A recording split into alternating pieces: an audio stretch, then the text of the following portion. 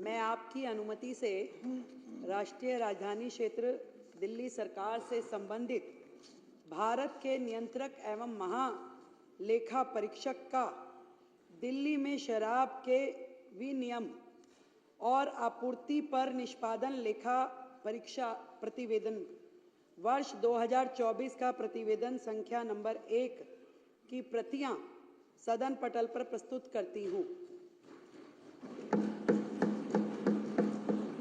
अरविंद केजरीवाल के लिए अब मुसीबतों की शुरुआत हो चुकी है।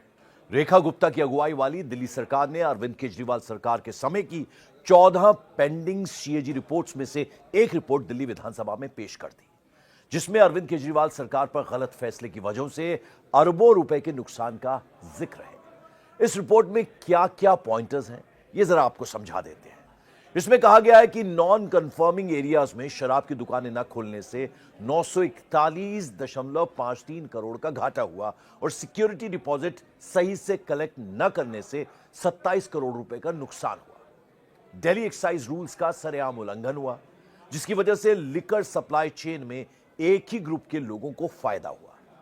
केजरीवाल सरकार ने कहा कि क्वालिटी चेक के लिए वेयरहाउसेस में लैब्स बनाई जाएंगी, लेकिन कोई लैब नहीं बनी।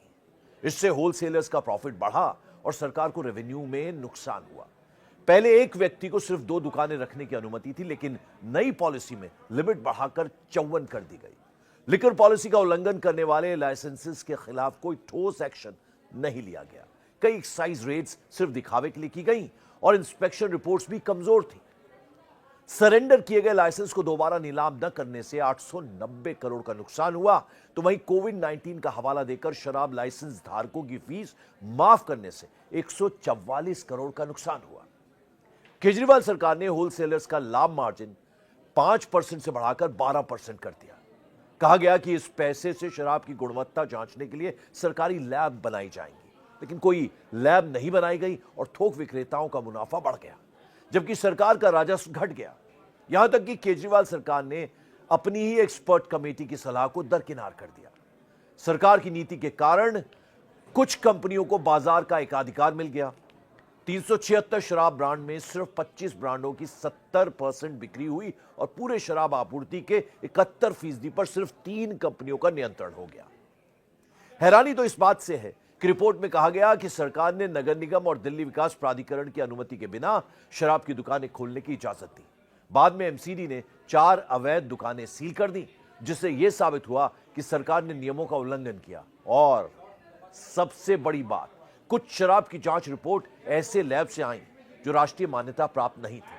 51% विदेशी शराब की गुणवत्ता जांच रिकॉर्ड या तो पुराने थे या गायब थे। हानिकारक रसायनों जैसे मिथाइल अल्कोहल और भारी धातुओं की जांच नहीं की गई, जिससे लोगों की सेहत खतरे में पड़ सकती थी। यानी इस रिपोर्ट से कहा जा सकता है कि केजरीवाल सरकार की आबकारी पॉलिसी से शराब पीने वालों की जान से ही सौदा हो गया और पैसे के नाम पर जमकर धांधली हुई। हालांकि अभी और रिपोर्ट आना बाकी है, जिससे केजरीवाल की मुसीबतें और बढ़ने वाली हैं।